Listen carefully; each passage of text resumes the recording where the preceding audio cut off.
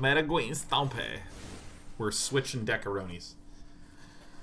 We're switching decaronis to Monogreen Stompy. And I mean, I look at this list and I immediately know what it is trying to do.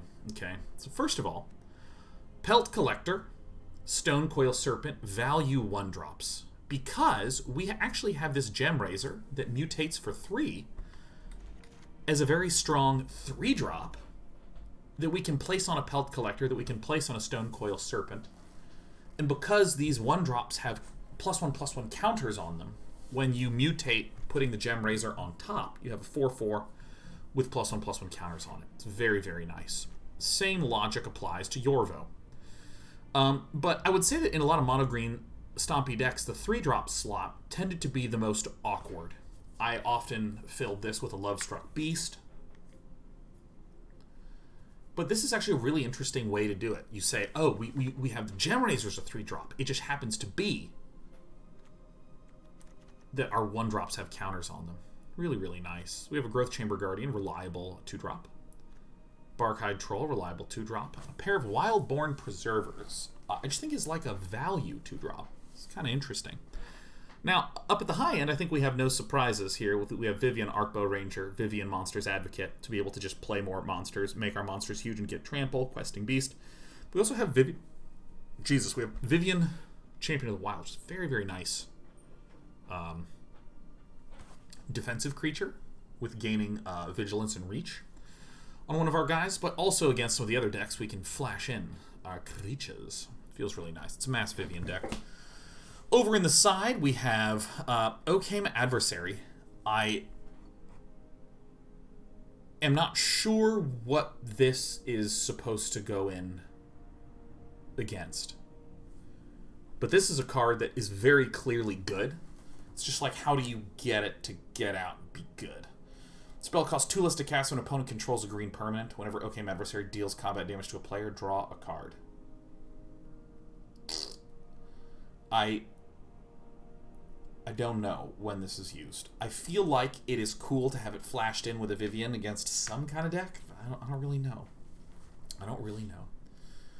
Ram Through is a great versus creatures deck. Soul Guide Lantern allows us to start exiling cards from graveyards, which is nice.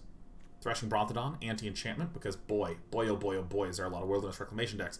Shifting Ceratops against anything blue. I mean, it's a stomping deck.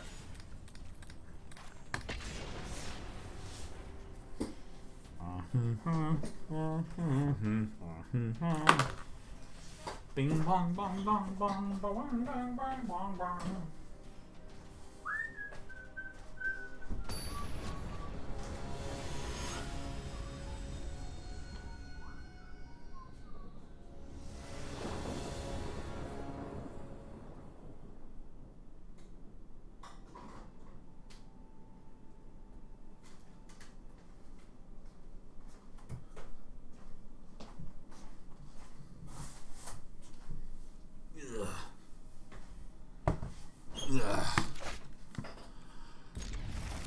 Oh, yeah. Oh, yeah. What? No henge, no Ozolith? That's right, Quark.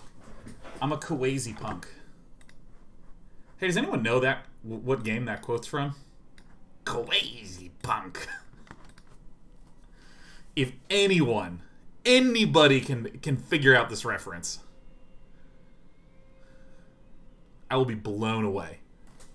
Kawaii punk.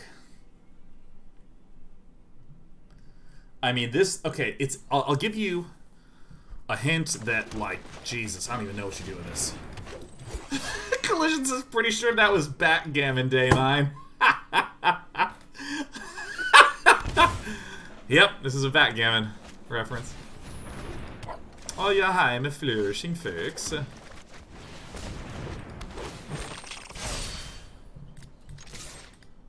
Better get this party started. Alright, it's a Sega Genesis game. And the quote is, Kawaii punk. That is a crazy reference. This is very obscure Sega Genesis game. On a Probable Alliance. Okay.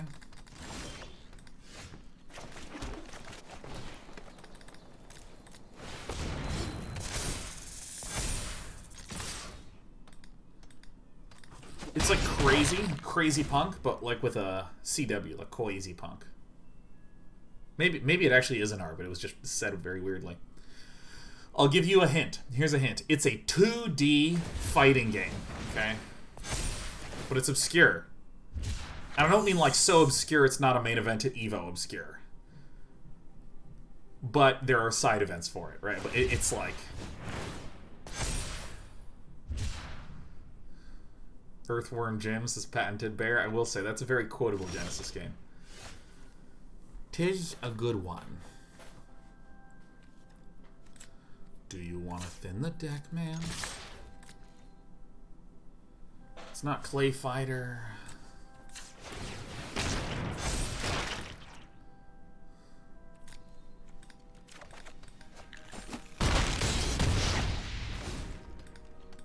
Mortal Kombat I wouldn't call obscure, but I know you're just trying to name 2D fighting games on the Genesis. Not Shaq Fu. Not Shaq Fu. Forks, you're getting close. You're getting close. You're getting close, Forks. It is a Teenage Mutant Ninja Turtles game.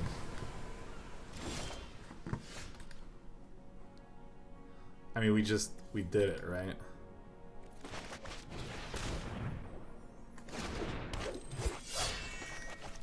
And again, once again, it's a 2D fighting game. It's not a beat 'em up. Yep, Shui Form's got it. It's Tournament Fighter is the name of the game, which is a bad name for a game. It was a terrible name. And there is this giant bug named Sisyphus, and when he would win, he would say, "Crazy punk," and everyone's like, "Who the fuck is Sisyphus?"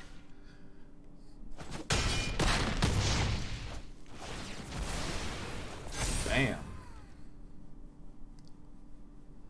Game is a Tournament Fighter. Tournament Fighter on the Sega Genesis. Shui From says, fun fact that absolutely has been played somewhere at EVO. Well, I mean, if that's a EVO game, man, I gotta get my booty on over there. All we need is a Lando. Just one Lando. That's it. And then we got it. By playing this, both of these have trample. Crazy punk. There's probably a way to win if I didn't get the Lando Calrissian, but you know. I just googled it and there is an Evo VOD of this game. Wow, it appears that I've lied to you, but it wouldn't be the first time, you know. Ah. Crazy punk.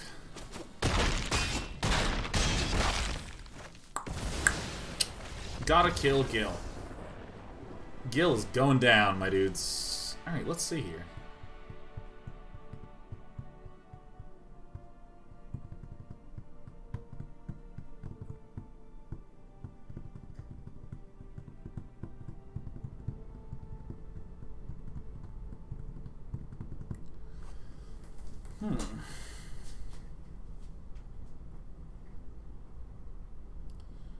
So, I don't think we actually need to do that much sideboarding. I think the ram-throughs come in. I don't want this Vivien. Probably don't need this Vivien. I mean, we are looking to just beat down super fast. Oh, why does my neck hurt so much? Oh, maybe I should be leaning forward a little more. Jack and Gill with Adam Sandler. Dude, holy shit. I watched Uncut Gems. That movie is amazing. Oh my god. Oh, fuck.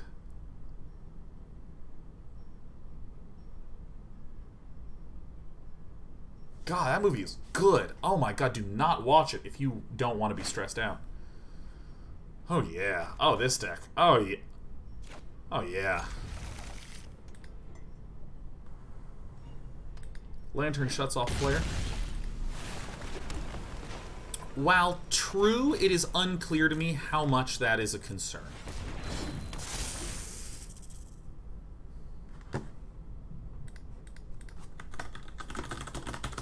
Does it actually shut off? I mean, it fully shuts it off. Oh yeah, you sack it and exile each opponent's graveyard. Yeah.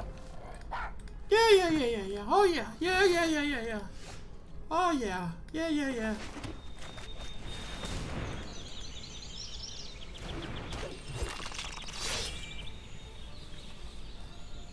Yeah, I mean, like, Uncut Gems is one of the most interestingly shot, stress-inducing movies. And I mean, like, I will give you a non-spoiler plot gist of the movie, and it's very similar to the plot gist of the same director's previous movie, Good Time. It is someone who makes a lot of terrible decisions and has a lot of bad qualities and a lot of good qualities. And it's just about following a few days in the life of one of these people that just keeps digging themselves a deeper and deeper and deeper grave, man.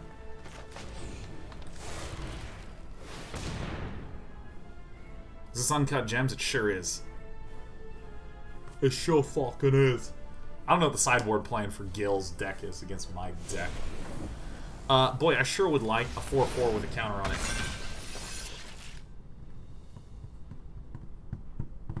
So like Californication, but with gambling. Pluto Mond. Not even remotely close to the cheery, pleasant, upbeat tone of Californication. Can't get past Adam Sandler in a serious role. It is one of the best acted roles I've ever seen. Holy shit. I mean, it was like breathtaking to me to watch Adam Sandler in a dramatic role. I was just, holy shit, man.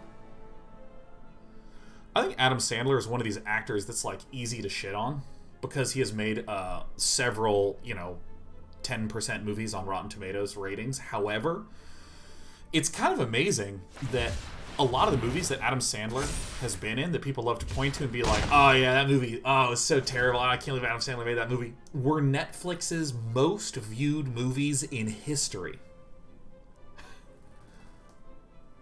And I'm sort of fascinated by that, like, there's a certain type of media that is like easy to consume. And kind of like YouTube videos, where like there's a lot of YouTube videos I watch that are just, they're not as compelling as like movies and television shows and shit like that. But like, I kind of watch it when I want to chill, right? I watch more YouTube and Twitch than I do movies because like what I'm doing right now is a pretty damn good amount of intensity, and I just don't really want to fucking have that much intensity elsewhere in life. You know what I'm saying?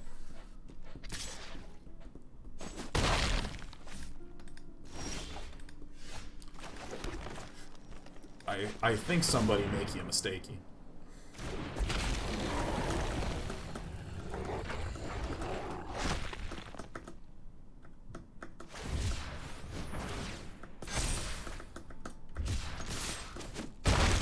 Oculus Mortiferous is... So the Day9 doesn't like horror games, but what about horror movies? There's a lot of horror movies I don't like. I don't like being upset. I'm sort of fascinated by the grotesqueness. I think because I watched Nickelodeon in the 90s growing up. Alright, here he comes. Here comes Speed Sean Plot. Yep, there he goes.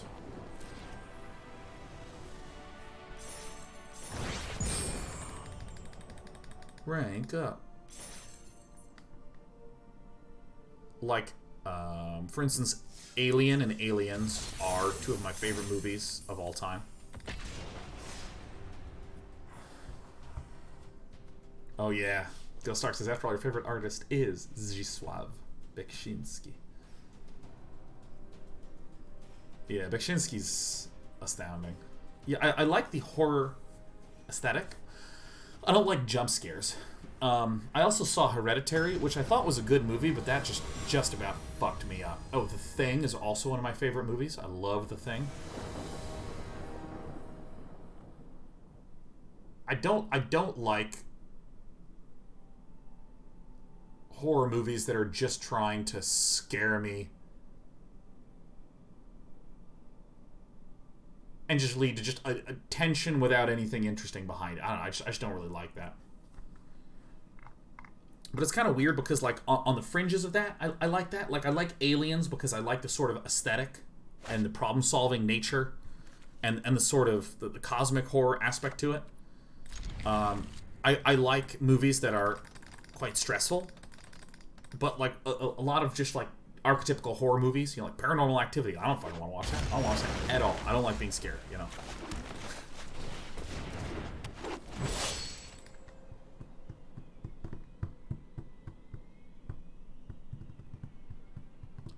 Oh, Slight says, I just watched Total Recall and RoboCop. I feel like those Paul Verhoeven movies might be up your alley. I really liked Total Recall. That movie was just an absolute mess. Oh, BW says, if you want stressful, watch The Night Of. Yeah, do that. Oh, God. Holy shit. Yeah, fuck. Oh, my God. Holy shit. Oh, my God. Oh, my God. Holy fuck.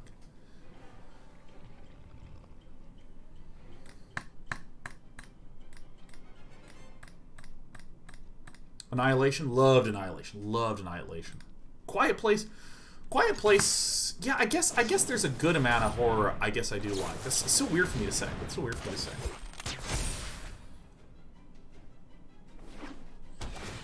I think I just really hate jump scares is where I'm getting to.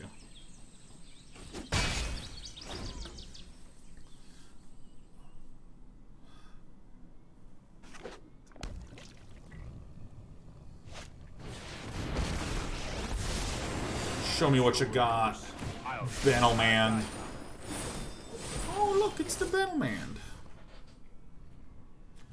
Okay, so I can make this guy big, or I can go wide. What is my choice? If I do this, now I'm going to get Vivien, Champion of the Wild. Let's see if you're worthy. There is wonder in a blade of grass. I think Stonecoil Serpent's good here. Have you seen Pan's Labyrinth? One of my favorite movies of all time. Love Pan's Labyrinth. Love, love, love Pan's Labyrinth.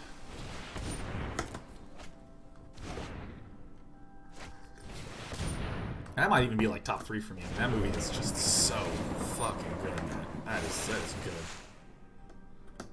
Wow. Oh my god.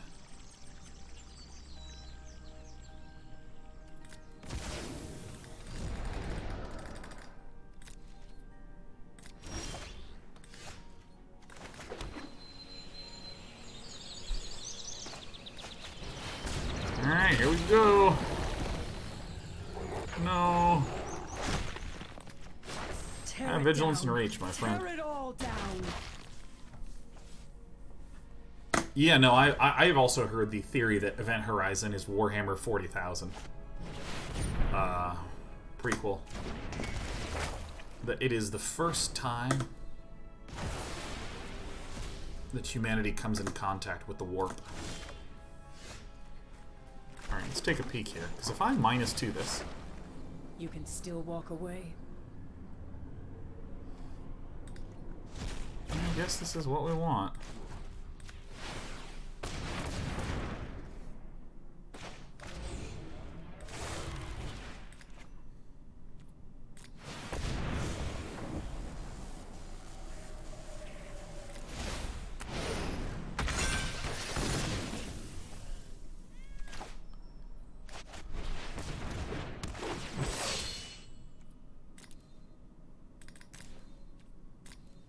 Oh, wait. This is...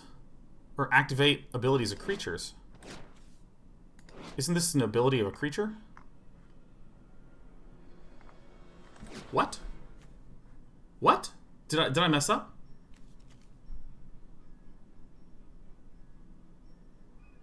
Oh, it's activate abilities. Okay. Okay.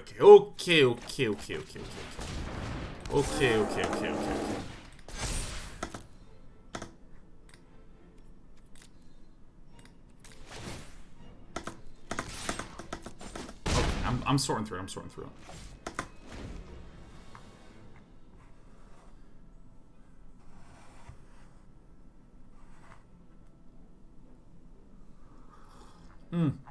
Shape of Water, another one of my favorite movies ever. I really like a fantastical element and like a feeling of otherworldliness to a lot of the movies that I enjoy a lot.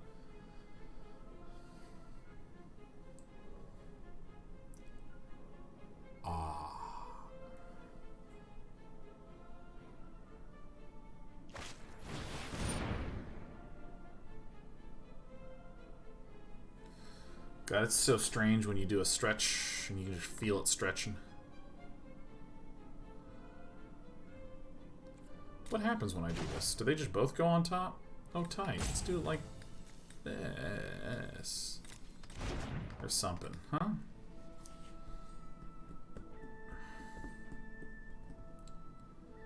Like, I really loved Sin City. You just let me know if you're up for round 2. One of my favoriteest movies ever.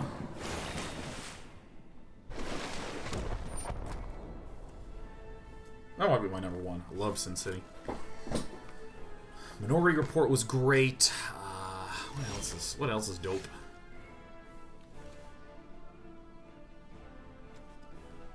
So if I did this and didn't activate this like a dumbass, that might be bad, huh? Okay. Love Children of Men. Children of Men was incredible. Fury Road is fantastic. Love that. Great movies here. Great movies. Great movies. Let's do a little shuffleage. Yeah.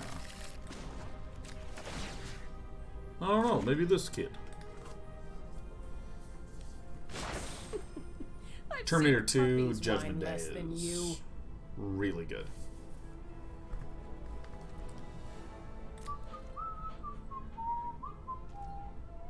No.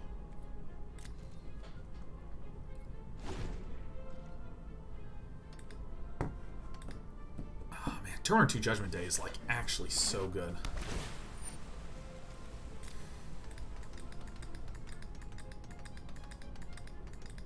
Extended edition of Judgment Day is awesome. I don't think I've seen that. Welcome back, Nissa! Oh my god, a glorious return to the meta is Nissa who shakes the booty. Have you ever seen Turbo Kid? I've never even heard of that. I haven't watched Sucker Punch, but I feel like I would like Sucker Punch.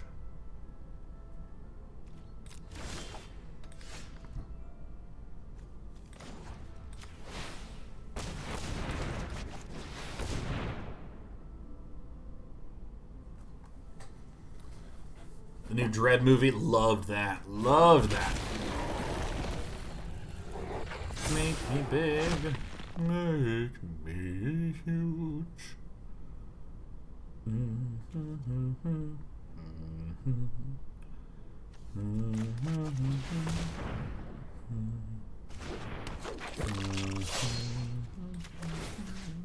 Sure, why not? Get double vigilance. Wait, you think nature is kind?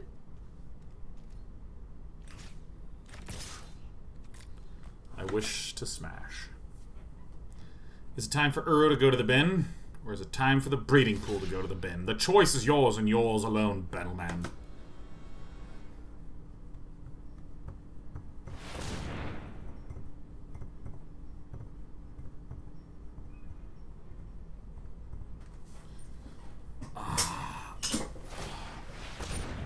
Repo Man is a movie everyone should watch. Look, I'm just gonna slink low. I'm in a can't quite get comfy sort of mood, and this feels good. This is very satisfying to me.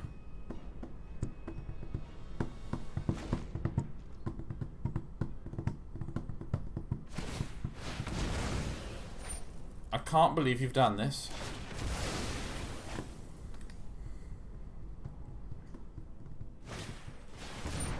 No, resolve, decline, ah!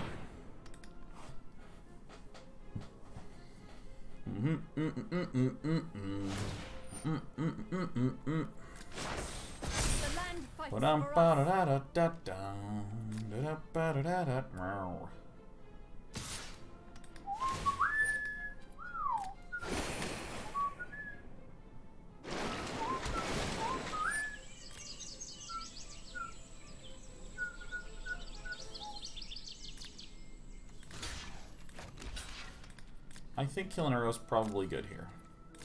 Because we're going to need to draw 2 next turn. One from the top and one from the Vivien.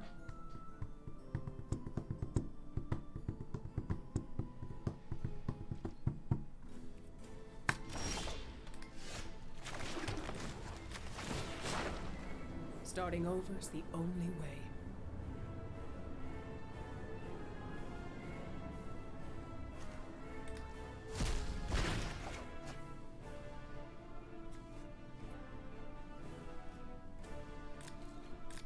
Oh yeah, I can cast everything with Flash. Man. That's pretty good. Oh, this feels good. This feels good, man. I'm happy to be back streaming, playing games. There's something that I find so calming and freeing about doing streams, because when it comes to work projects, I think I, much like a normal human being, I have a lot of shit going on in life. You know, various worries and stresses and other things going on.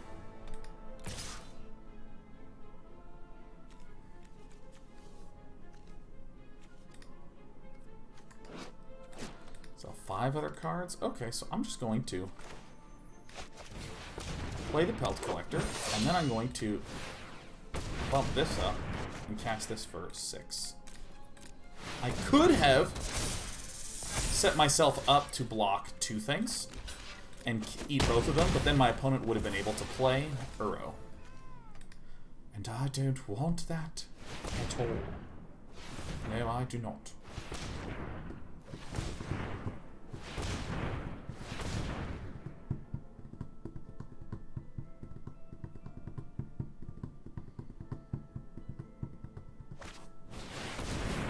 It's really a hybrid tracers. Haha.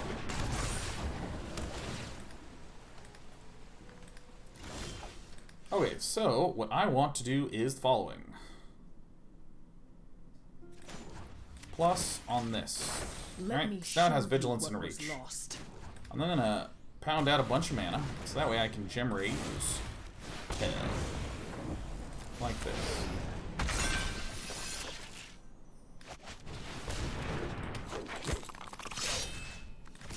Thanks to the power of Vigilance and protection from multicolor, that dies. Cool.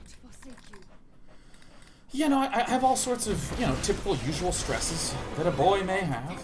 And when I stream, this is like the only thing that I am doing, and it's the only thing that I have to do. It's just so nice. Put on top. Oh, shit. Shit. Decline. What? Okay. Put on the bottom in any order, I see.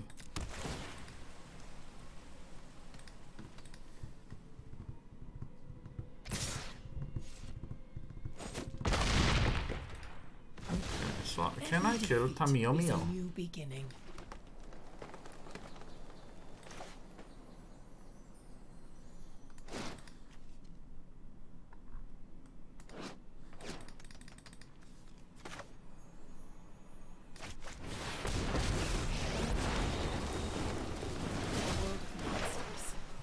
Breach. Every day is a new mutation. I gotta roast this last.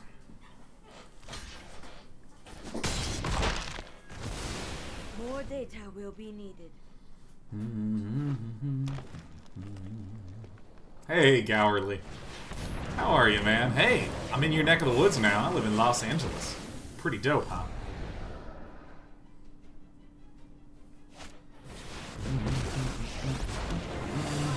That which cannot protect itself.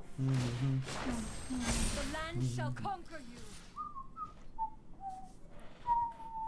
No blocks! Ow! Well, the good news is the following. I can play this. I am Scala's vengeance. And I can then come for you have... next. Activate this. Bam. Go ahead and put one of these in the hand. Let's go ahead and take that action. Bang. And then what I can do is I can... Dark Creature deals damage like this. Bang. So you're still up in Oakland? I just moved 2 weeks ago. You picked the wrong fight. Bang.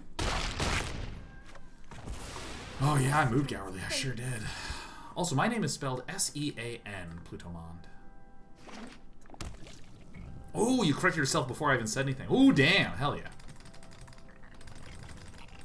Does that mean I got rid of Comcast? Yes, I sure fucking did. Sure fucking did. God, does it feel good to not have Comcast. Wow! God, and it was really weird. I had a blip where my internet died last night for like 5 seconds, and I was like, what? My internet's dead?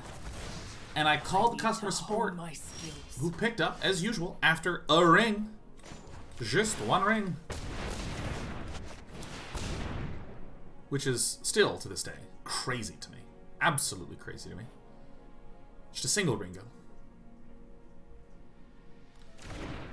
And she was like, yeah, I don't see any problems in your area. Try it again. And it just worked. And she's like, all right, cool. Looks like everything has been resolved. Resolve? Yeah, I'll take that action. And she was like, yeah, it looks like everything's been resolved. Oh my god, I didn't activate. Shit. That's exactly why I did that play in that order. Fuck. Whatever. And she said, well, look, I'm going to open a ticket for you. We're going to contact you in 3 days to see how things have been doing. And if you either don't answer or do answer then, this is when we'll close the ticket if there's no issues.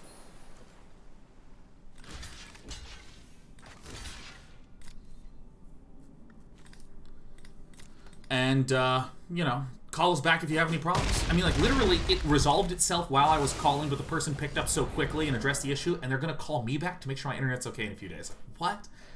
What the fuck? Who does that? Internet's 200 down, 200 up, except I'm getting closer to 250 down, 300 up. I'm getting faster speeds than I pay for. I mean, that's fucked up. Straight fucked. I have learned all I can here. They probably didn't ask you to fill out a survey before the call. Yeah, that's true. What company is this? It sounds incredible. The name of it is Starry. Starry Internets.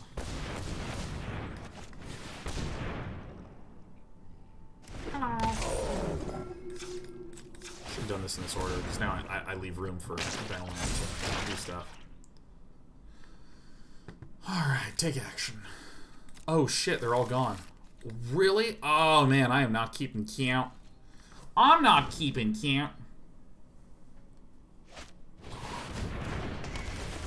Well. Farts. How many ISPs did you have to choose from? Well, my building is pretty grand. My building basically was like, most of the people here use Starry, but really whatever ISP you want, we'll be able to get you set up with it. And I was like, huh. I have died in game 1! Let me just double check what's in this list. I've played Bant Rant before. God, I truly am just a little bit too intimidating to play against. Alright, so far so good. Yeah, I was surprised to see the Brazen Bar. It looks like the lists are running 1.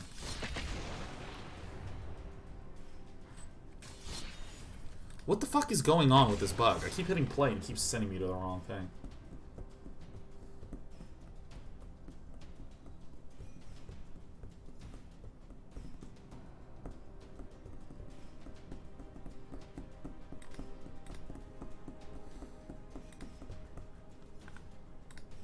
Vokasock says, if I didn't believe you to be such a trustworthy person, it would sound like you're making stuff up, Sean. This ISP situation sounds too good to be true. I mean, to be fair, I've only used Starry for 2.5 weeks, so. They could turn out to be Satanists. I don't know. It could turn out that they're cannibals and they've been eating people, worshipping Satan. And then their internet goes out. I don't care about the first two. It's really the third one that I care about.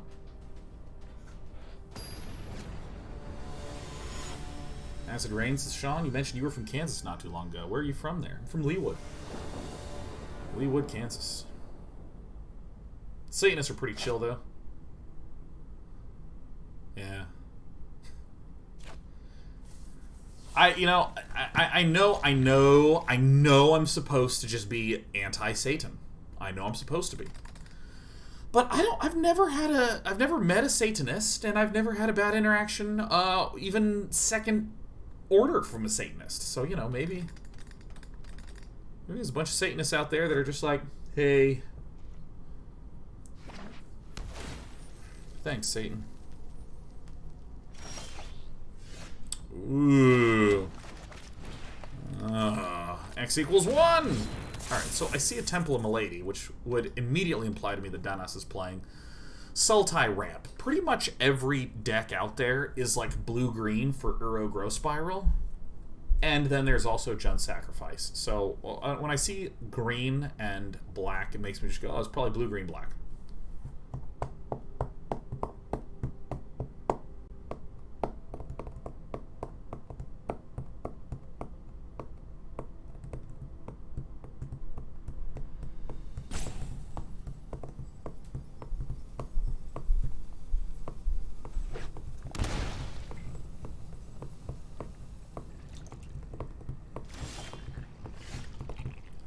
Alright, what do I do? Oh my god, it is so clearly Sultai. I'm curious, the star is using beams from the sky. Does that mean your latency is just as good? Is that like a quip about like from the stars, starry, like one of those fucking things? You see?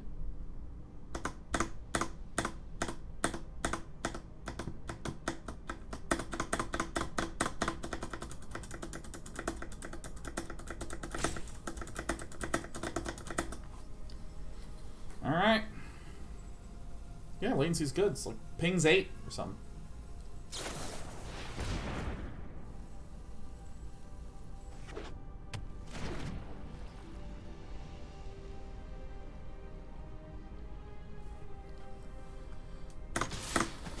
Mike Fury, are you using the royal we here, or are you copy pasting something from the internet? Because you're saying Starry is different from other internet providers because our industry-leading technology lets us do everything differently. Since we beam internet through the sky as fast as fiber, we don't have to tear up the streets to get it to you.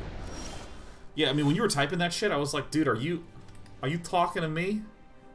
What do you know? Grow Spiral into Uro into still having 3 land. That's the way you like to see it.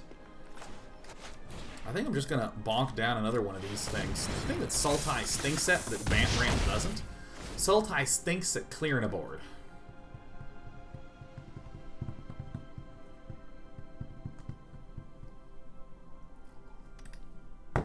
I actually just watched a piece on this last night about Starlink, which is SpaceX / Elon Musk / whoever the heck is involved in it, trying to circle low orbit satellites, or excuse me, encircle encircle around the Earth low orbit satellites so that you can get the internet connection from everywhere very, very easily. Man, that sentence really got away from me there, huh? Alright, Vivien, champion of the Wild. Because the thing about cable lines, which is really interesting, is that if you have fiber optic cables, light moves about 40% slower through fiber optic cables than it does in the vacuum of outer space. By the way, they're all regurgitations from the video I watched last. Would you like to see what's and so, what that means is that if you have like a cable across the Atlantic that goes from New York to London, after you account for the fact that it has to go through a cable that might not necessarily be in a straight line, it has to go through other data servers, because like a lot of times your information pings around a little bit before it gets straight up where it needs to go. Okay, Growth Chamber Guardian.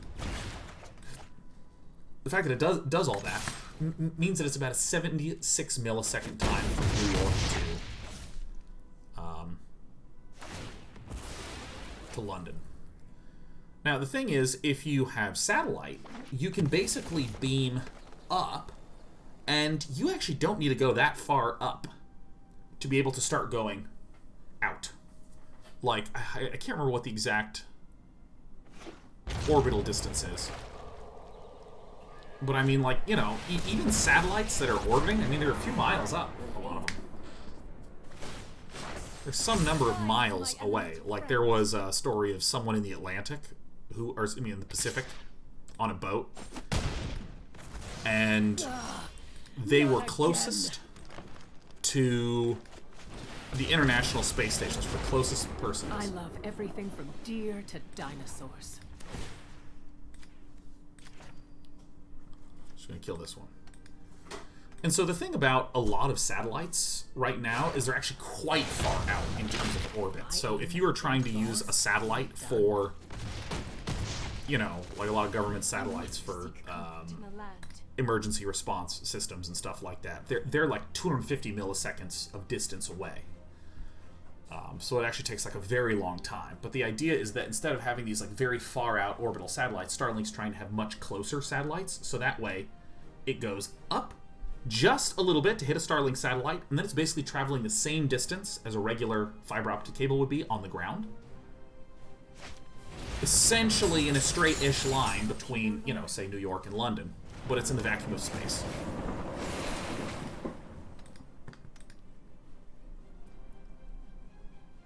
Geostationary orbits are 22,000 miles up, says Gemrazer.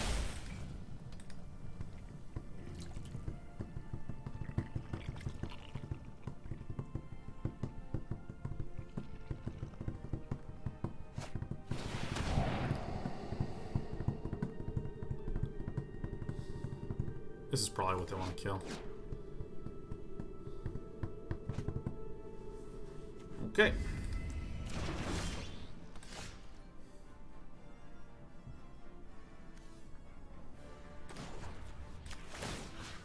Let's give this one.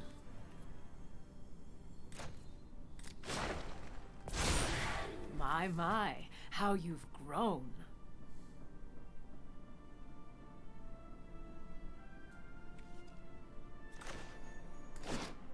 How do I want to do this?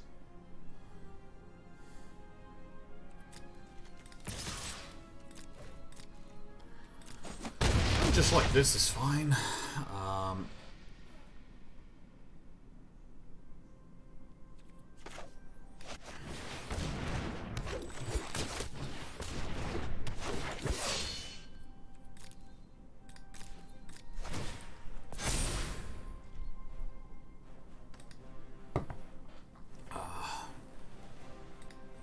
Ghost Ark says the last 2 weeks were vacation, but wasn't as relaxing. No. Just the last. Basically from the 9th to the 14th. So, like, a little under a week was my quote-unquote vacation. I'm gonna let it die, because I literally have one right there. The week before that was... Back to the woods. PC Gaming Show. And the week before that was moving.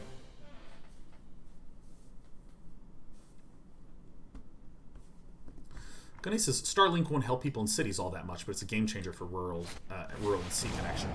Well, one of the things that's actually really amazing about some of the Starlink tech is that you're actually cutting substantial time off. You're going from like 76 milliseconds to like 54 milliseconds. And like the longer the distance, the better the gain is. And this piece that I watched last night pointed out that part of the excitement / advantage to having Starlink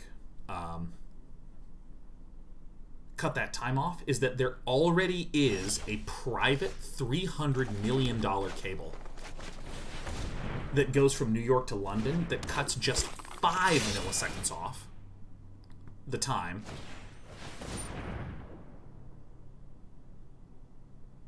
Sure. I mean, we won. It's fine.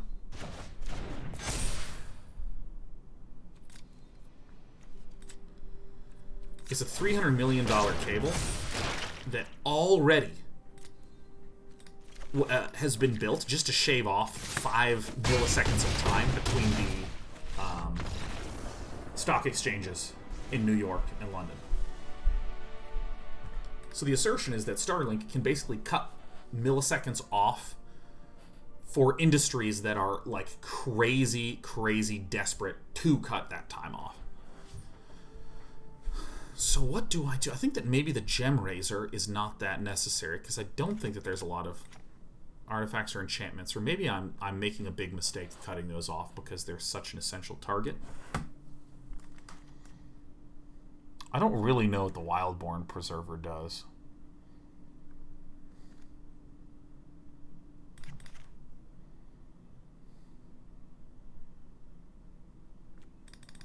I'll try this Oakhame Adversary out.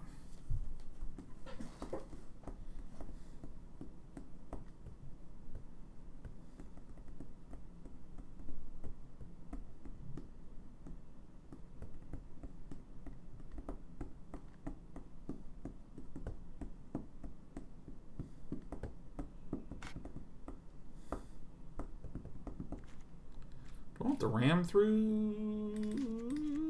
maybe? I'm gonna give this a shot.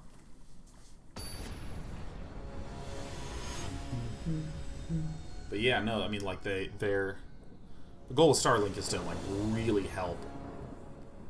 The fact that there's still billions of people that do not have connection to the internet. Was it like half the internet does not have connection to the internet? Lantern for the Euros?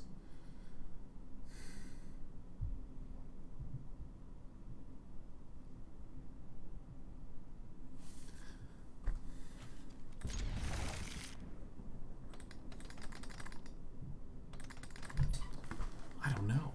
I don't really know when and where the lantern's used.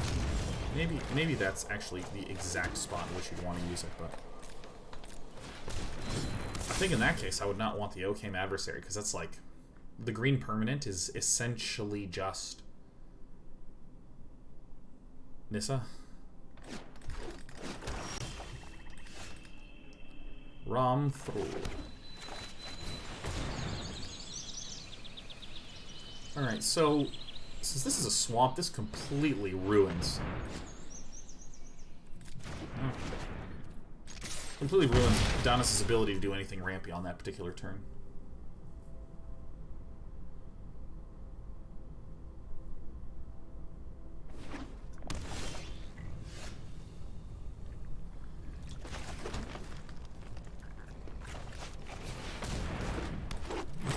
There we go. You know, Oakhame Adversary still seems reasonable.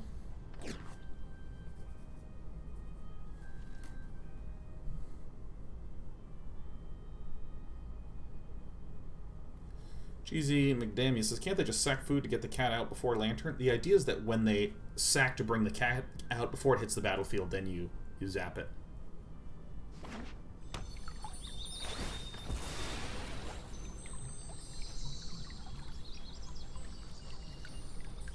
That's the key time to zap the cat. Bye, guys. I hardly knew ye. Alright, let's get the Oakhame pal out. Bang. Yeah. Maybe a Skilly Lily.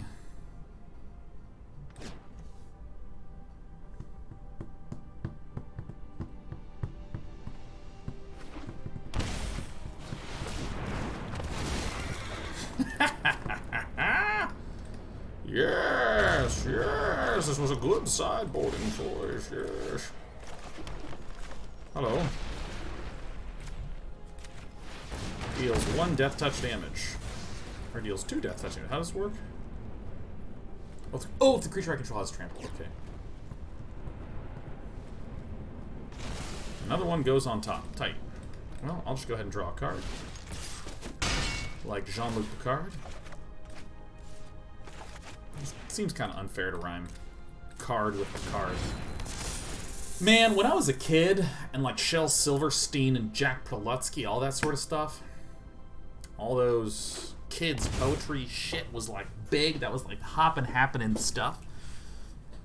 God, I got so annoyed whenever they would rhyme even. They would rhyme a word with itself. Are you kidding me? Oh my god.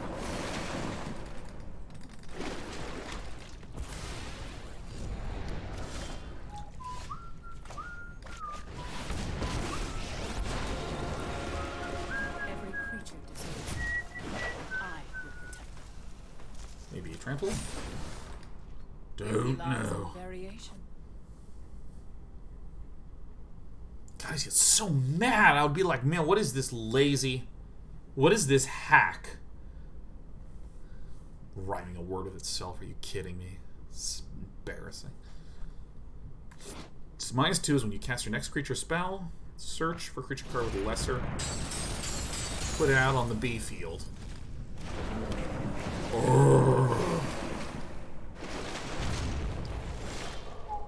And in the... Oh, farts.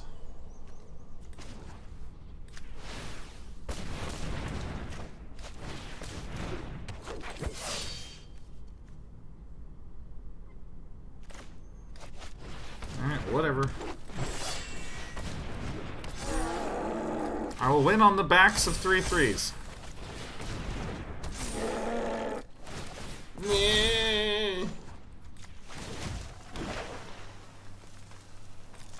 Probably trample. No attacks. We will adapt to any threat.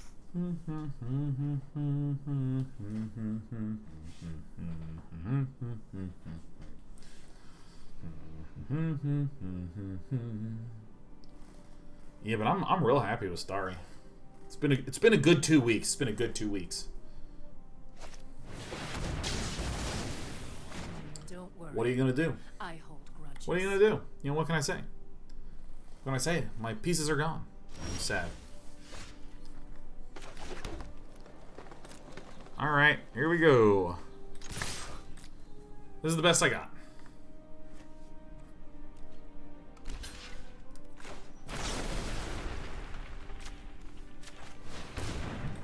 Bing bang.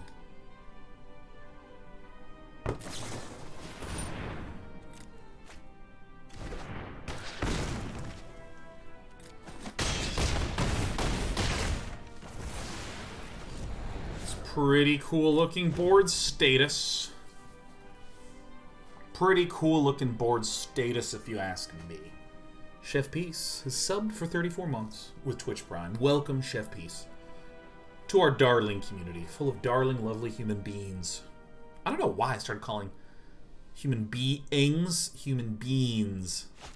But I love doing it. Is that surefire death? Did Don Ass just death himself? Yeah, that looks like death to me. Somebody making a mistakey.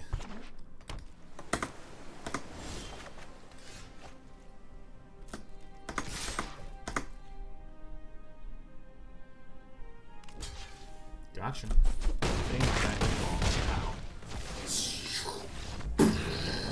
My opponent needed to go Cavalier and then play the Uro.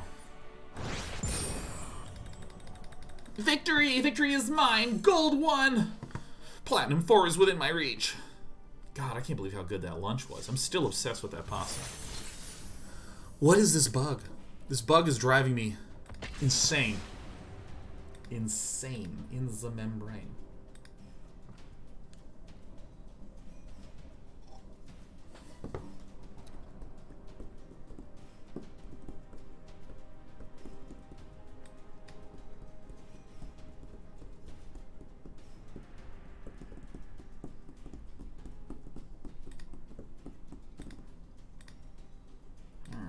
Close this. Is this thing still open? Is this one of these? You hit X to close it, and it's just up. That is how it works. Okay, so bam, hit that. Okay. It's my favorite deck to play in general. King Andrew. I think it's the Jeskai deck I was just playing. It just does things that are cool.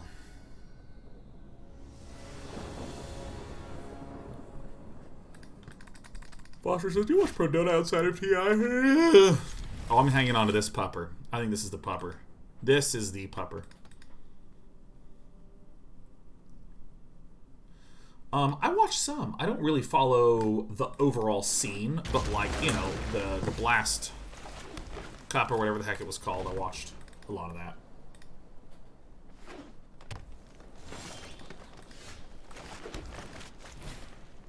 Alright, what are we up against? Is this, Yep, looks like Teamer.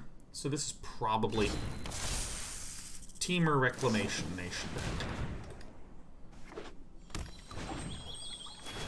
Okay.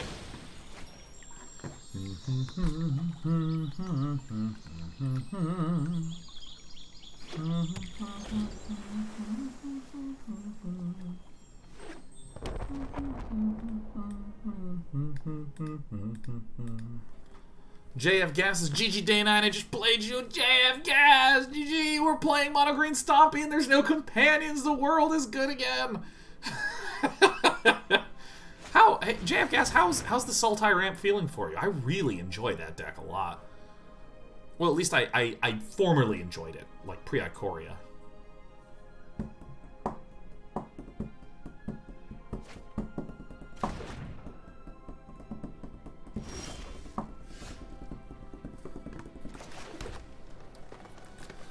Alright, I will now commence Operation Bing Bongs. I'm probably going to try to flash in the Wildborn Preserver.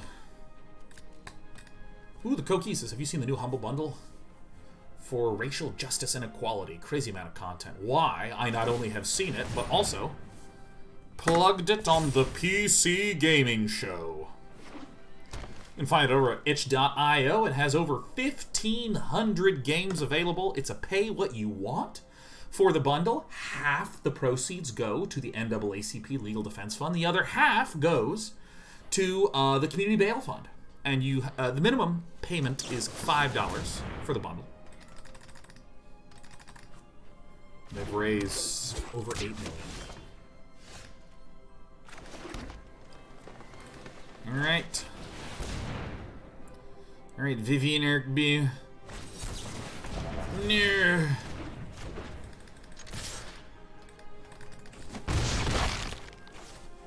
This isn't the itch one? Oh, it's not the itch one. Oh, it's the new Humble Bundle for... Oh my god, Koki, I'm sorry. You're literally talking about something completely different. You were talking about literally a different bundle. And I saw the bundle for racial justice and didn't actually see the Humble that you put before it.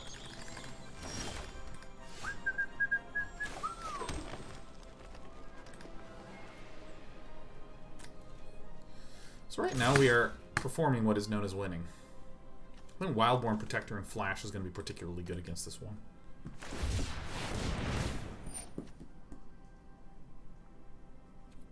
Uh-oh. Uh-oh. Dude, watch this shit. This is going to be so awesome. My opponent's going to block here. And then I'm going to play the Wildborn Preserver. And when this enters the battlefield, I can take this action to put 3 +1/+1 counters onto it, making it large enough to consume the shark. What happened to Crazy Hair Sean? Oh, it's still here, Crazy Chris. I've just flattened it down using what is known as control paste. My brain is so big that I still miss Teferi and Narset passives. September cannot come soon enough.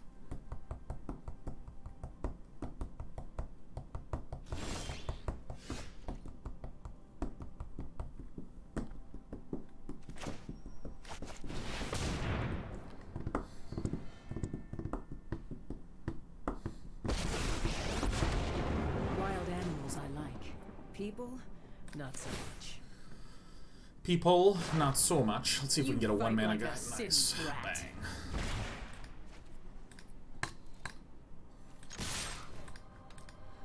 What is it that you are going to...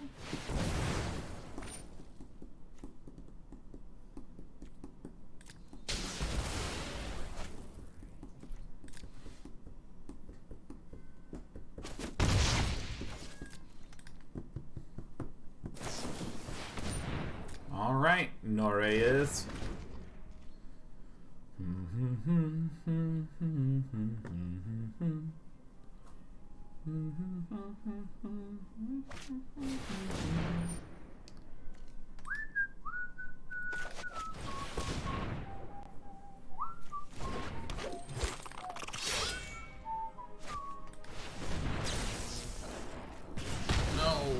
No.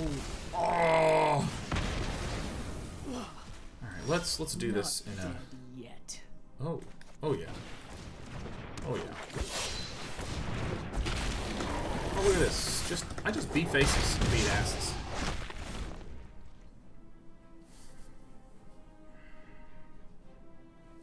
Dude, when there is finally like a lift on the quarantine at large and it's actually safe, first thing I'm gonna do is schedule like twice a week massages for a month. Oh my god, I am gonna do so much take care of the body stuff. Oh. I live by downtown LA now. If you go out west, not even that far, it's Koreatown. You know what Koreatown has? Korean spas. Oh. Or I'm just gonna sit there and cook, man. Alright, what do I want? Well, I probably want Thrashing Brontodons and Shifting Ceratops.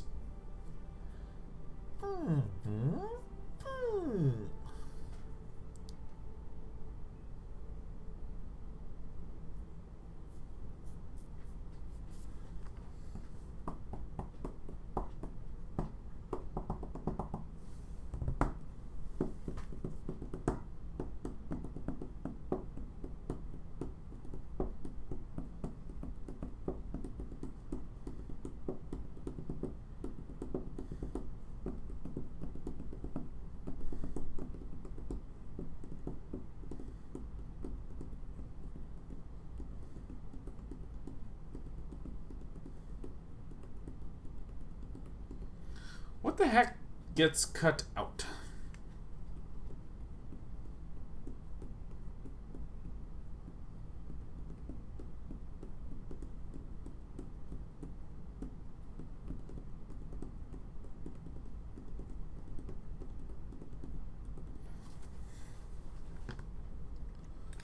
I think I just get rid of all these and put in ram-throughs.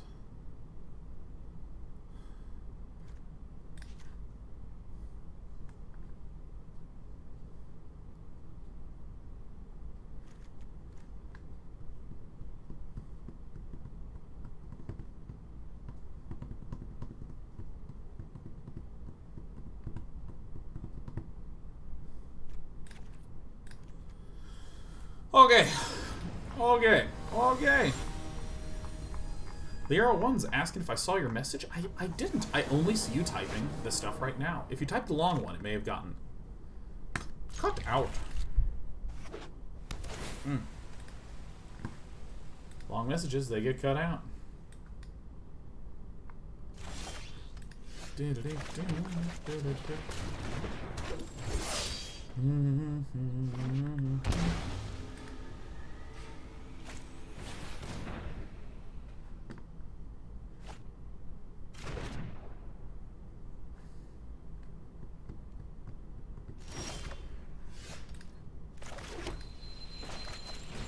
Alright.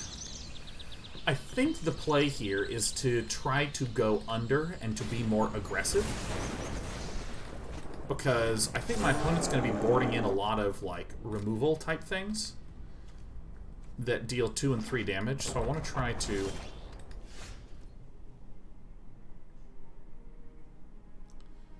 Oh, this sucks.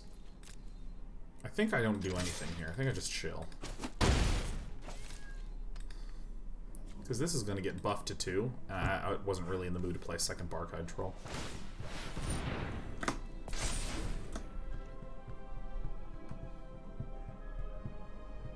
Oliera says, I was going to suggest exactly what you did. I was suggesting that you were a psychic. That is me. Yeah, I mean, it just seems like this is a matchup about urgency. Like, I need to bash my opponent down before a Wilderness Reclamation lands. Stays up for a few turns, and then I death.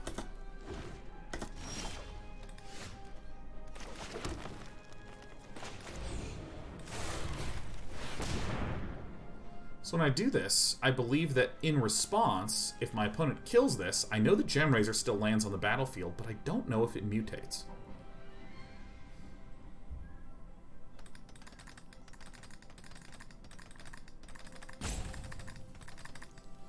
Caribou MT says, I've had such a gnarly headache, and I just realized I haven't had anything to drink today besides 32 ounces of coffee. Hell yeah.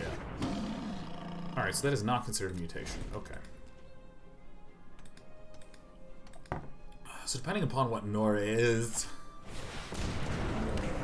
Oh!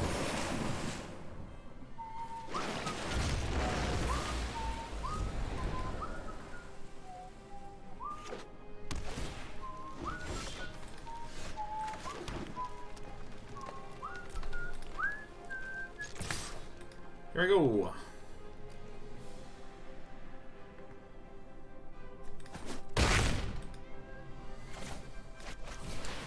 That's right, it's me, the Thrashing Brontodon. Get out. And then Tail's End.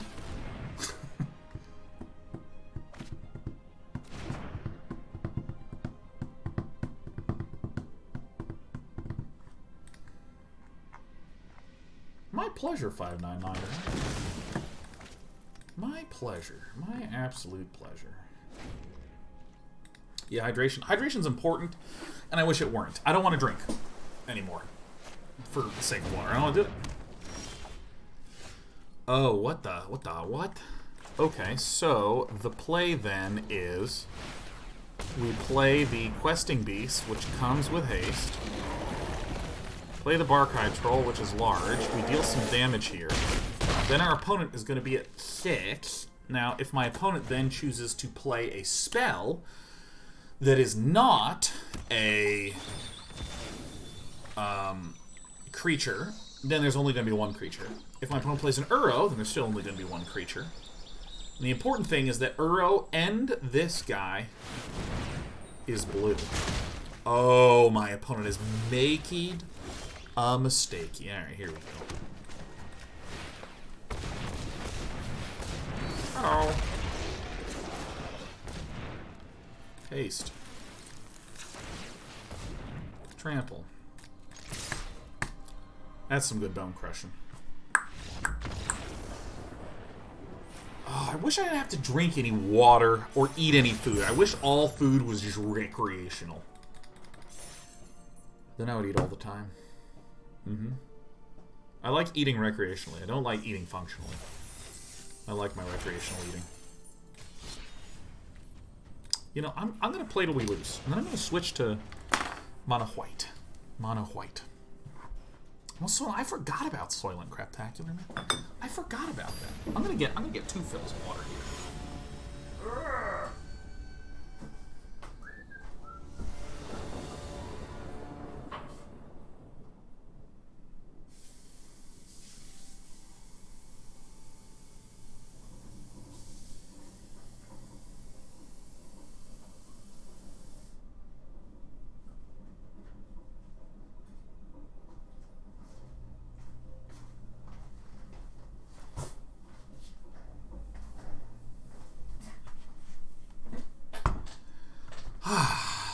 Excellent.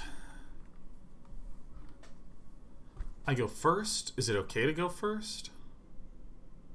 I want a different curve. I don't know. I feel weird about that hand. I guess I hang on to that one. Or some mono black. Thanks, Sean. Oh, dude. Phyrexian Obliterator.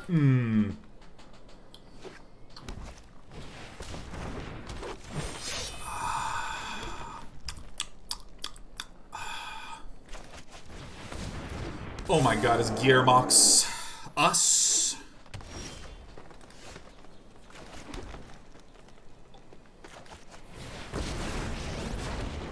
How this thing goes isn't to you. Have you ever lost a home? Probably the guy that always has flash, huh?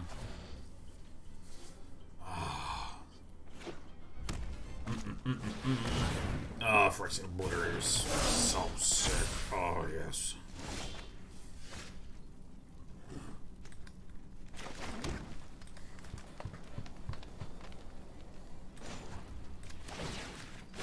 Strike now! Strike hard!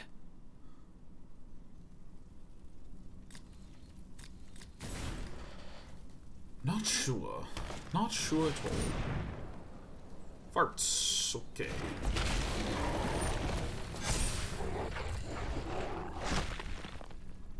Where do I get my value, huh?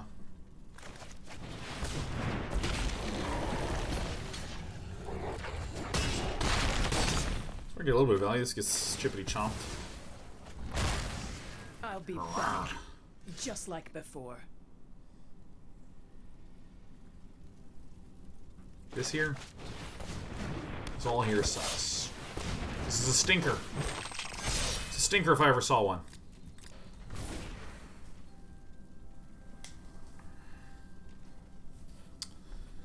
Alright, not enough for a... Okay. I mean, that's the one, right? I don't know what the play that Gearmox does with a single red. Gomez ambushes sorcery speed. Yeah. My bones have been thoroughly cronked. Although I'm surprised that our opponent wanted to do it in this order. But, you know, look, what are you going to do? Oh, yeah, I love this combo right here. Become big.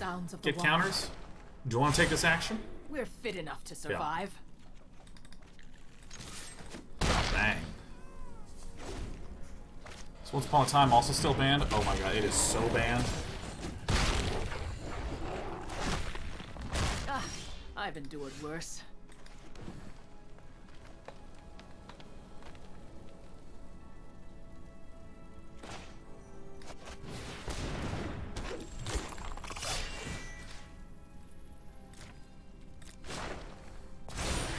This'll be fun to watch.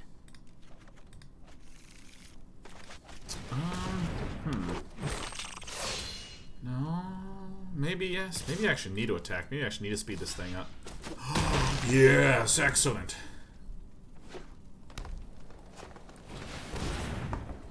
Yes.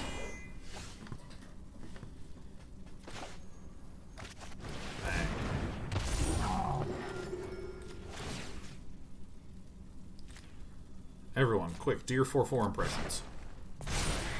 We're fit enough to survive.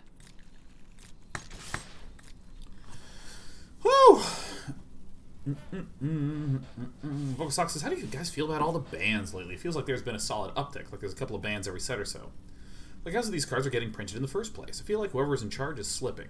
Okay, so first of all, Vokasox, I actually think there's two things that make me want to give a big amount of leeway to Wizards of the Coast. First of all, with the rise of online competition, specifically Magic the Gathering Arena, it means that the evolution of people understanding how the meta functions just is way the fuck faster.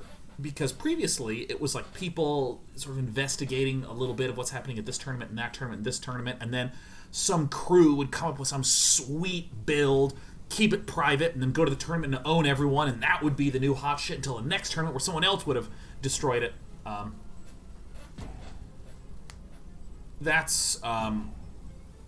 So that's one thing that I think is undeniably true. You have to accept the fact that Wizards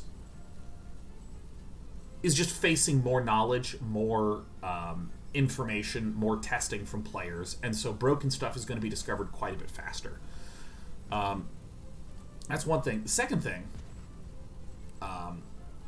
actually, I guess there's 3 points. The second thing is a slightly minorer point, which is that they have stated that they wanted to increase the overall power level of Standard, so they've been trying to allow more powerful things to happen.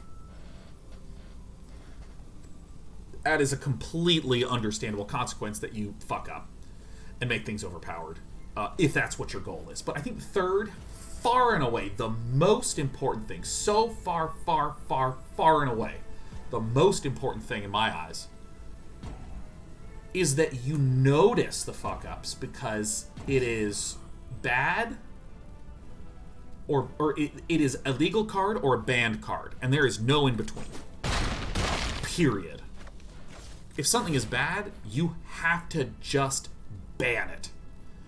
Whereas, you know, Dota has overpowered shit all the time. They're just like, alright, this is patch 7.27C. We took that ability and doubled the cooldown. Back to Dota. And you just go, huh, whatever, you know.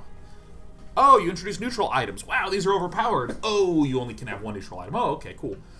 And so I think that there is always going to be an unfair perception. It will skew to what the fuck. Because their choice is literally, do we try to do something cool that will make people more excited to buy the card at the risk that we'll have to ban it? Or do we do less interesting, less powerful, less cool stuff? And it's stark. It's stark as hell.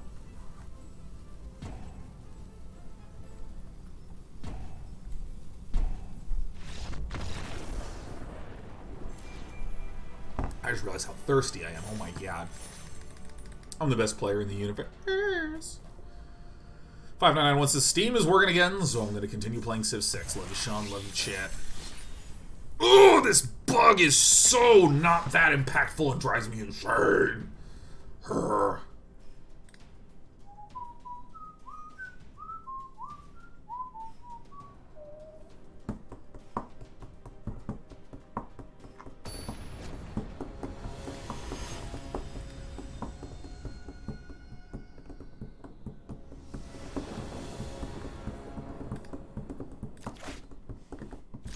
I actually can't tell if the issue is better or worse with the rise of digital, because I think one of the things that feels like utter poo-poo is that when you are playing live Magic, like paper Magic, let me tell you something that feels really bad. Assembling a deck that you think is cool and then having a card in that deck banned. And I can't stress how long, how big that first sentence is that I just said. Assembling a deck that you like. Because, like, when I want to build a deck in this client, in MTGA, I just go, okay, buy a bunch of gems, buy a bunch of packs, open stuff. Oh, I have some wild cards. Okay, I need this, this, and this. All right, I'm playing. I mean, it takes some minutes to get into the game. I actually think I do want a Yorvo. It's me, Yorvo. Yorvo, Lord of Garenbrig. It's me, it's Yorvo. Oh my god, but dude, when you're trying to assemble something in paper, dude, it's fucking hell, right? You're like, okay, I'm gonna go to the store, and oh, they only have like 2 of the cards I need 4 copies, and then you look around, then you maybe find someone to trade with. You trade for 1, and you finally get the 4th card, and you're like, hell yes, but you're still missing some of the maybe less critical cards of this deck, but still cards you like really care about and you like want to be good. By the way, I am going to put the counters on Yorvo, which might look a little stupid, but our opponent has shown that they have a Scorching Dragonfire, and I think that I want to play around Scorching Dragonfire. You know, I don't want to put the plus on and have this thing blow up. But dude, but you spent all this time and all this effort, and then you know what? You have your deck. You don't even get to play with it yet. You have to go then to a Friday Night Magic. There's all these steps, and frankly, as someone who has spent some time with collectibles, oh my god, it's so fun. The journey, the experience of like looking on eBay for stuff and trying to find and trading and contacting people and sending an email, waiting for the email. But, oh, it's so much fun that you finally get to play. And I mean, even before you've gotten to turn 2, you're just, oh, you're so excited to be playing with your thing. And then they're just like, oh yeah, that card, yeah, that one's out of there. That one's fucking banned. You're just like, oh. I have no idea what my opponent is. This is probably important.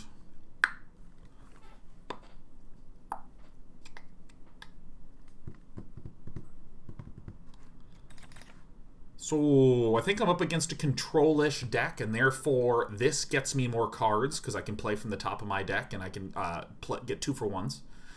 This lets me get more cards from my deck. This is really good at smashing through against other creatures in a clogged board. I don't think I'm going to be up against that, so I'm willing to cut this, and I see blue, so I'm just going to put that in there, and then done. Yeah, so I think bans feel super-duper crazy bad when you are...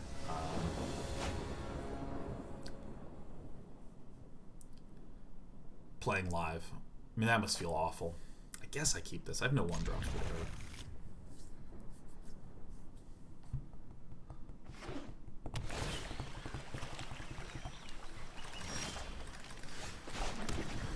I mean, all this said,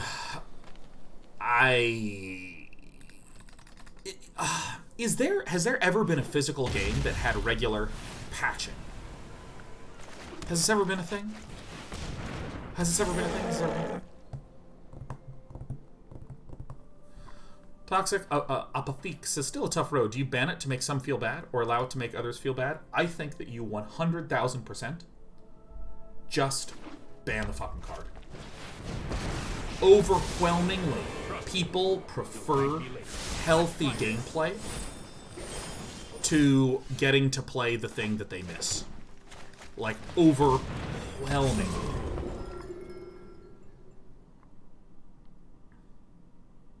Even the people that are pissed that they worked really hard building their Splinter Twin deck and then Splinter Twin got banned. Overwhelmingly, even those people prefer to have a meta that's healthy. The frustration is more about, I am frustrated that it wasn't healthy in the first place, which means you guys fucked up in the design department. No, I am Death to Teferi. Very, kill Teferi.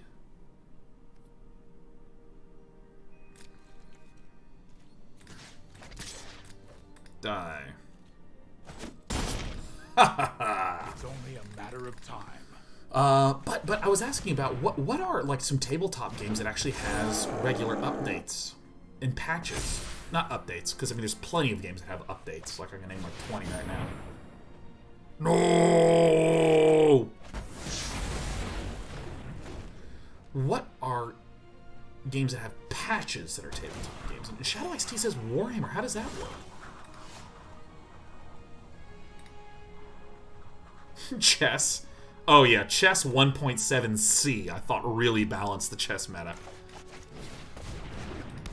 I'm gonna preserve some Wildborns here. This looks like I have nothing else good but these two cards. This looks like I have a really expensive hand, when it is a lie.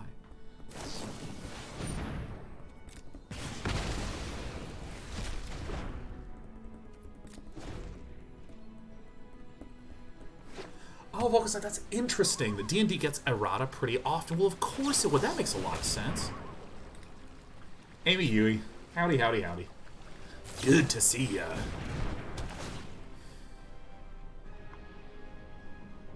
Warhammer 40k has FAQ and balance updates like every few months. Oh, and that's right. Yeah, Warhammer 40k. Oh, dude, Warhammer is really clever because the game and the lore strongly encourages you, the player, to make up your own stuff. Like, I mean, they explicitly say shit like this. Like, the lore of Warhammer 40k is basically that, you know, humanity is spread across the Milky Way galaxy, and that there's all these different beings and entities that are there, but technological communication between all the disparate areas in which humanity lives is really difficult for reasons. And there's been lots of destruction of history and lying about history, so there's an implication in the lore that whenever you hear a story, it might not actually be what really happened. I even remember Jeff telling me a little bit about how there are stories that elements of the story contradict with one other story that are like official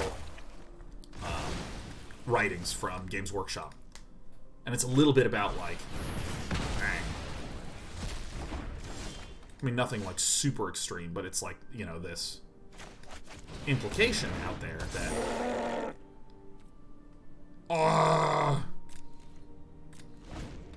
it's this implication that, like, yeah, if you want to be someone like the creator of the Astartes animation, you can create your own kind of psyker and your own kind of conflict there, and it feels like it's part of the lore, even though it's not literally part of the canon.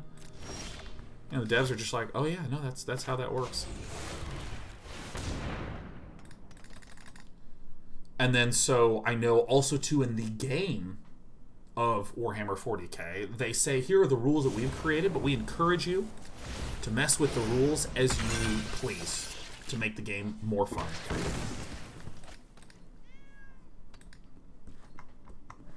So that would make sense that they, like, update the rules a little bit. Dude, I will say, I have watched part 4 of the Astartes animation probably close to 100 times. I mean, over break, where I was, like, too tired to find any new media, I mean, like, before I would go to bed, I would just watch that animation again and again and again and again and again. Oh my god, it's just, like, inspiringly dope. It's just so fucking good. Where is my land? How'd I get burned? How'd I get burned? What's even in here? Fairy.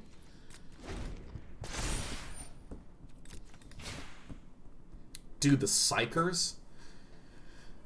Oh my god. Alright, you got me. Oh my god. Like, I want to reach out to my friend that does, like, prop work and be like, can I pay you to build that outfit? That cosplay, because I want to be that character. One of my favorite things about Monogreen Stompy is when you get card advantage over a Jeskai controller.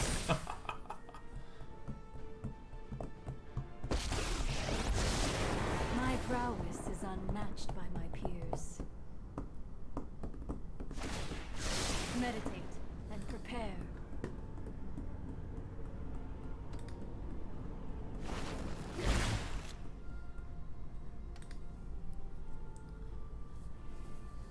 Lock Watts is the Psyker from Astartes. Yeah, the Psyker from Astartes that had the golden mask. Oh my god, it's just so... They're so badass. I've never seen a character that was introduced and then erased in such a short period of time. Like, I mean, those golden masked Psykers are only there for about 2 minutes.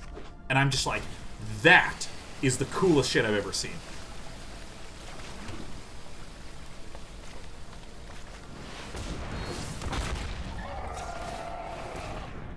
Haste. Now, the good news is that our opponent actually has used 2 Elspeth Conquers decks. I shall miss And in the current meta, most decks are running at most 3 Elspeths. Well, fuck me, huh? Okay. Alright, well, if that's the way you want to do it.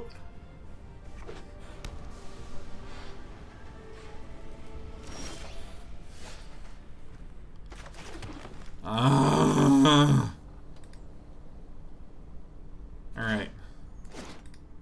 Fine. You can't counter me. Please.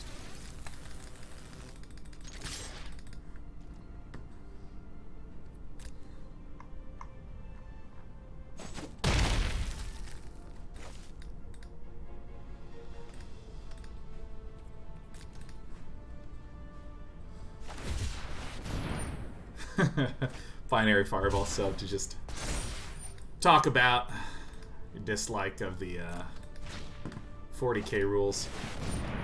Oh shit, there's 4 Elspeth Conquers down. Oh my god.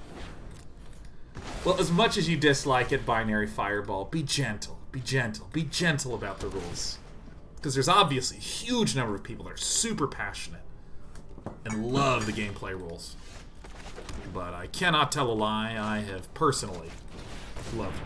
No, ha ha ha. Well, I'm gonna give you a little timeout because seriously, like, I think it's I love and encourage lots of different perspectives here. You know, I can't count. Oh, that's right, because of that thing. Whoopsie daisy. I think that, you know, disagreeing opinions are awesome. I think that's like super fantastic when people are interested in talking about you know, different perspectives on what they like and don't like. I just don't...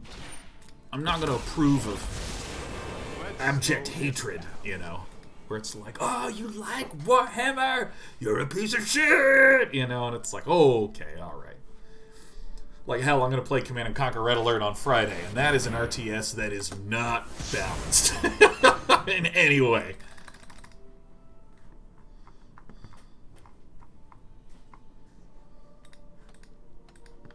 So be gentle, be gentle, be gentle. focused and disciplined. I have just the trick for this. Oh yeah, Phosphorus. Oh my god, yeah, when the Inquisitor is linked up in a conduit to that sphere. You want to be honest, says Binary Fireball. I think there's a difference between honesty and expressing one's opinion.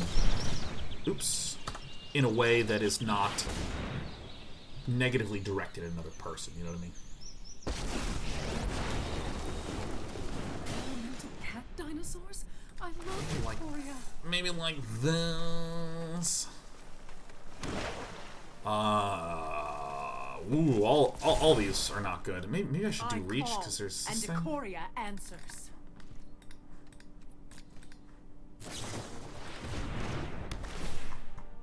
Who was I directing it to? Yeah. For instance, when you say I sub to tell you that the rules are horrible, in all caps, you say that.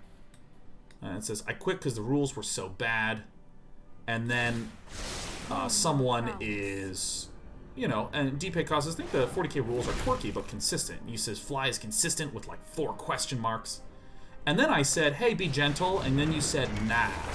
Or you said no, ha ha ha. You know, it's like a level of intensity where I'm like, please, pull it back. Tone it down. Make it so that when you express your dislike for something, you would be eager and inviting to someone who disagreed with you to have a fun discussion. And as a very relevant example, Command & Conquer 1, man, that game absolutely should never be played multiplayer. I remember my brother and I,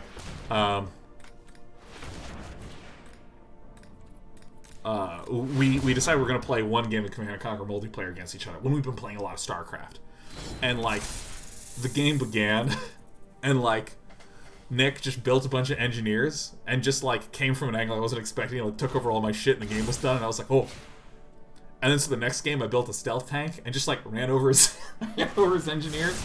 Because a stealth tank can run over units, and when it runs over them, then it appears. It's just like nothing Nick could do. Speaking of nothing that anyone can do, I think we're fucked. I'm going to go ahead and concede. Because I think one thing that is super important here, Binary Fireball, is that you may have been hearing everything I said and went, oh yeah, no, I was totally in my head pleasantly expressing it as I'm here at my computer. But I think that it's very easy for tone to get completely lost when typing. Like, for instance, think about how I'm going to describe this sentence where I go, oh my god, the engineer is a horrible unit for multiplayer. You can see the smirk on my face, you can hear the tone, but if I typed it with caps, someone else could read that and it's like, the engineer's fucking horrible, and you're like, whoa, well, that's a lot of hatred for a game that came out 25 years ago, day 9. You know, one of those sorts of things. So that's also part of the reason why I'm not getting all self-righteous on my high horse. Like, fuck you, Binary Fireball, you back down. I've never played Warhammer 40k, but don't you dare say you dislike the rule set. Get out of my chat.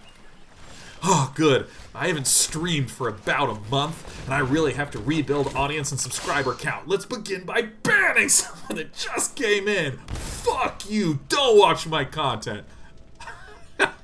I know that there's a lot of well-intentioned situations that sort of get a little lost when you're typing. Oh, come on, man. Alright. This guy. Bam. Locke Watts says, how do you translate your love of Warhammer to streaming Dawn of War? I actually think I might do like a tour of OG RTS games.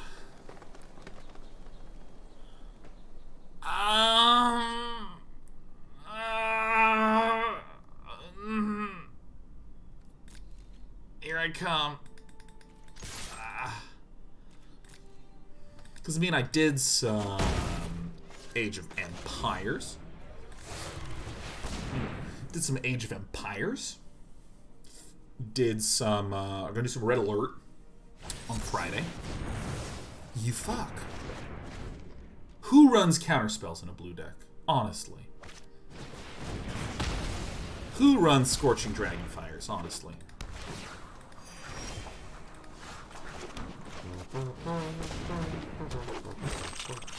God, I have the worst song stuff in my head. The worst. Some Total Annihilation in there? Oh yeah, let's get some TA. Also, Planetary Annihilation's another one I want to check out. Planetary Annihilation as a concept is hilarious to me.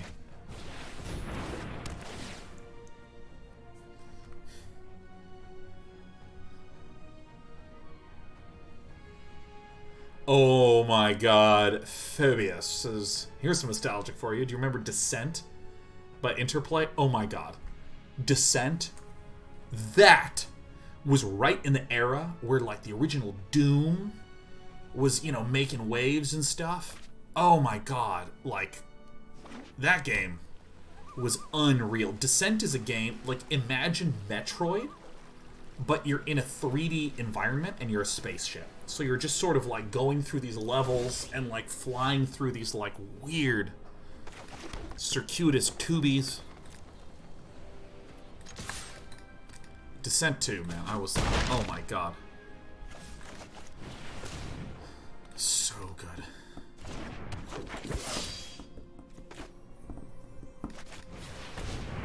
I wanna grow big with my growth chamber guardian. I'm gonna wait to do this in response. Okay. Shmigor says, I'm sad now. I subbed to tell you about a game. Well, tell me about the game. Don't be sad, Shmigor. We allow a little bit of spam in here, man. We understand it. I'm busy half paying attention with Monogreen. How am I supposed to read everything? Oh, Crazy Chris 576 says, time for me to show my age. Who here remembers Myst? Ooh, Crazy Chris. Myst Real Edition, which is available on Steam, is a fantastic remaster. Who fucking puts in fucking Storm's Wrath and God instead of Shadow of the Sky? I was supposed to draw there.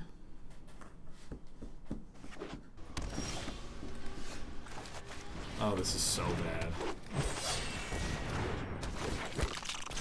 Oh, iCrad. Oh, yeah. Gifted me 5 because I'm talking about some of those old games. Where's Schmiegor? What's Schmiegor say? Oh, is asking me. Okay, Schmiegor is bringing up the fact that there is. Because I was talking earlier about, like. Motherfucker. Schmiegor was talking. I was talking about how there are tabletop games that get patched. Schmiegor's bringing up a tabletop game called War Machine.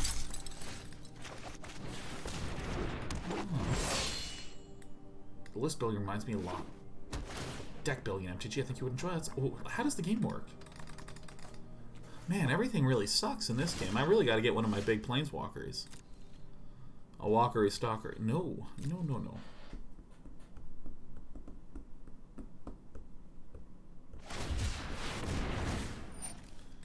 Farts. Gosh, why would you run a Storm's Wrath when you can also run Deafening Clarion? I mean, I guess the statement that you're trying to make is, I want to hit Planeswalkers. Planeswalkas. War Machine is like 40k, but like balanced or something, says EK Hoffman.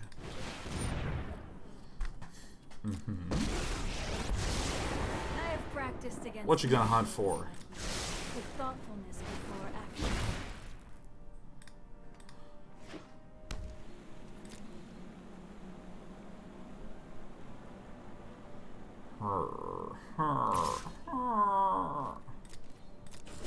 Bang.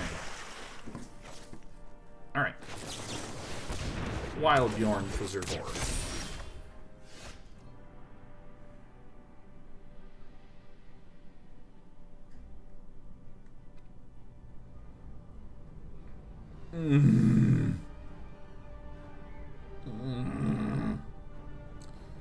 How big do I make this, huh?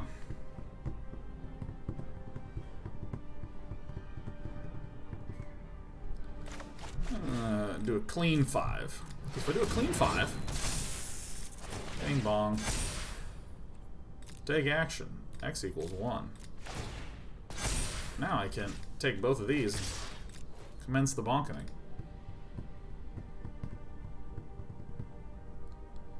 Die.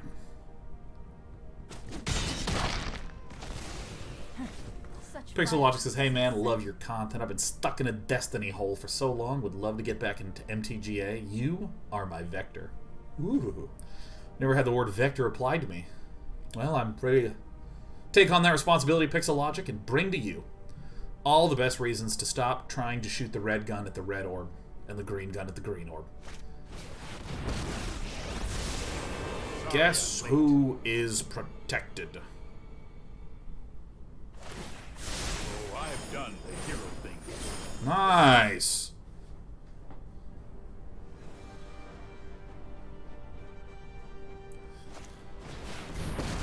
Destiny has like so many people working on it. Yeah, it's crazy. Always let thoughts flow like river rapids.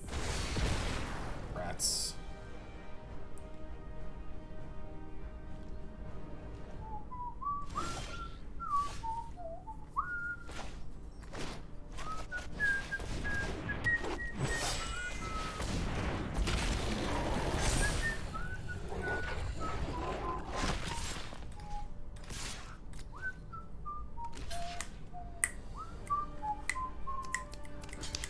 Nice.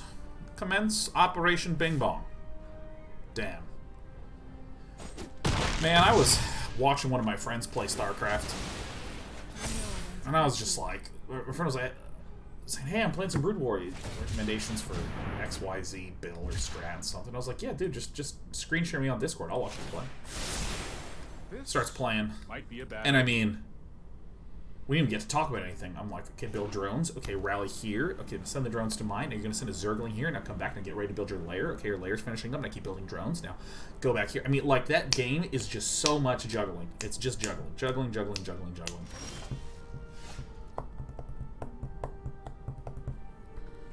It is a good day for this guy to die. Bang.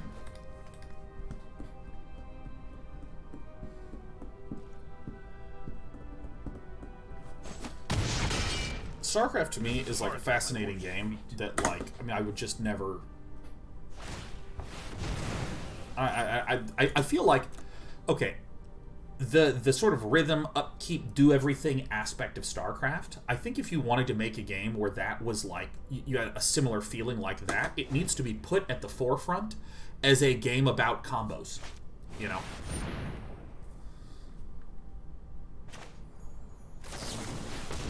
Yeah. I think it needs to be about doing that, you know? Because, like, a lot of the way that StarCraft is a game is it's secretly a very difficult rhythm game. You know, where it's like SCV, SCV, Marine, Marine, Marine, Marine, SCV, SCV, Marine, Marine, Marine, Marine, Depot, SCV, SCV, Marine, Marine, Marine, Marine. You know, like this sort of like clip of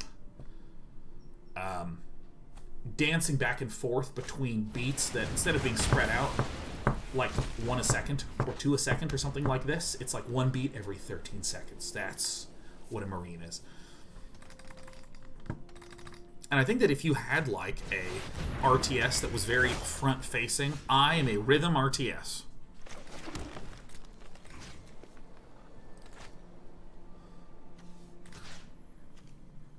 Now, if I hit this, my opponent goes to 12, or it goes to 7. I think I'm just going to do this. This has the potential to be a very threatening situation.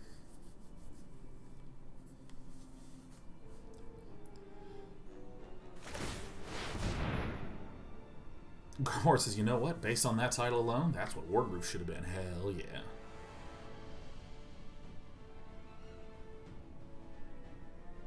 You're enjoying your Reach Tribal deck. Yeah, I guess it does kind of feel like this. Oh, man.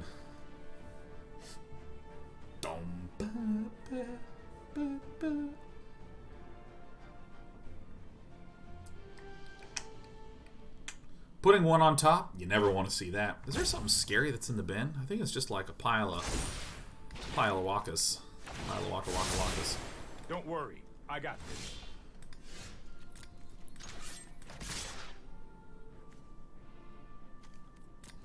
No, hit him.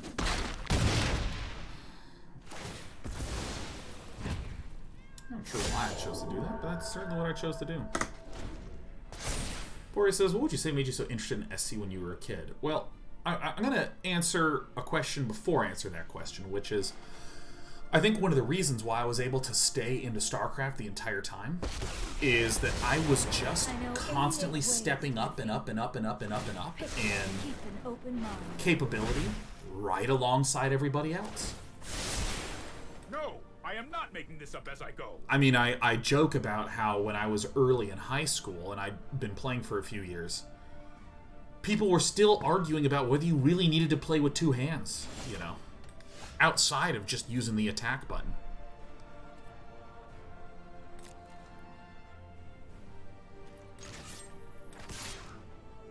Ooh, I see what I fucked up.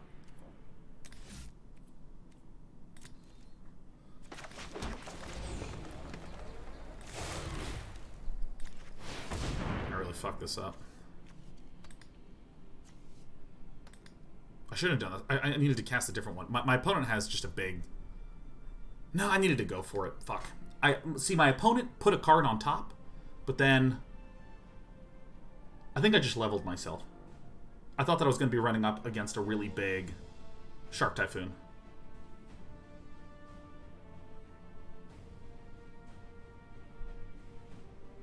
Anyways. Okay. Okay. Okay. Alright, well, I mean, I messed up. Let's just show that we could have killed him, you know? Could have got you. Alright, I'm going to concede because I really have to use the restroom, and this looks like we're dead. And we said that we were going to play until we lost. Man, we won a lot. But what got me into StarCraft so much as a kid, I think that it was a combination of 2 things. First of all, the way that a lot of games looked back then kind of felt similar to... Back then, a lot of games would have some really cool marketing or campaign or feel to it. Like, you'd see the art for Earthworm Jim and some footage of Earthworm Jim, and you'd be like, that just looks weird and cool. I want to try that out. That's really awesome. Or, like, Metal Gear on the Nintendo, you know. God, were some other games that were Mario just stepping into these like really cool, amazing worlds. A lot of old graphic adventure games like Myst sort of had like this mystique to them. And I'm mentioning some really good games. Mentioning some of these really good games, but there were a lot of shit games that would have this sweet look to them, and you'd install them and you'd play them and you'd go, oh, this kind of sucks, you know? And in particular, there were a lot of just garbage real-time strategy games that came out during that era. Like Nick and I played Warcraft 2, which was awesome and cool and had this glorious campaign. And then we, you know, I hardly even remember a lot of these RTS games, like KKND was one. You know, you play these games, and I'll describe that you would play them to completion. On the Sega Saturn, there were tons of games that Nick and I bought that we would play to completion. Not as in we beat the game, but as in we played the game until we went, okay, I get it. And then we'd stop and put it down. And StarCraft had, of course, the Blizzard mark, which was a mark of quality. I mean, they made Diablo 1 and Warcraft 2 and Warcraft 1. Fucking great games. StarCraft is their next game. Whoa. Even got a 92 in PC Gamer, which we subscribed to, you know.